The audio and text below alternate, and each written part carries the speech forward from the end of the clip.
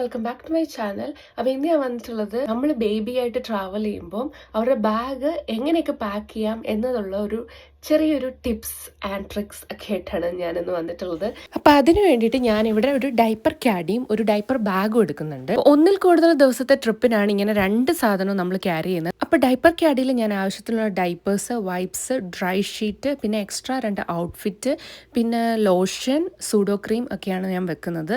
അതുപോലെ തന്നെ നമ്മുടെ ഡൈപ്പർ കളയാനായിട്ടുള്ള ബാഗ്സും, ജീനി ബാഗ്സ് ഉണ്ട്, അതും കൂടെ ഞാനിതിൽ വെക്കുന്നുണ്ട്. അതാകുമ്പോൾ ഭയങ്കര ഈസി ആയിരിക്കും, എവിടെ വെച്ച് വേണമെങ്കിലും നമുക്ക് ഡൈപ്പർ മാറ്റാം. ഈ ഒരു ബാഗും മാത്രമായിട്ട് എടുത്തുകൊണ്ട് പോയാൽ മതി. പിന്നെ ദേവൂട്ടിന് വേണ്ടിയിട്ടുള്ള ഡ്രസ്സസ് എല്ലാം വെക്കാൻ വേണ്ടിയിട്ട് ഞാൻ ഇങ്ങനത്തെ ഒരു ഓർഗനൈസർ എടുത്തിട്ടുണ്ട്.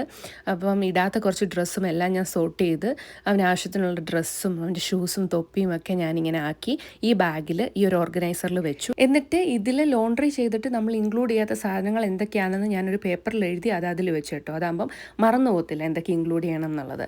പിന്നെ ഈ ഒരു ബാഗിലായിരിക്കും ഞാൻ ദേവൂട്ടൻ്റെ ഫുഡും ഫോമിലെ മിൽക്ക് ബോട്ടിൽസും അതുപോലെ സോളിഡ്സ് സ്റ്റാർട്ട് ചെയ്തു അതൊക്കെ വെക്കുന്നത്. അതിൽ കുറച്ച് എക്സ്ട്രാ ഡൈപ്പേഴ്സും കൂടെ ഞാൻ വെക്കുന്നുണ്ട്.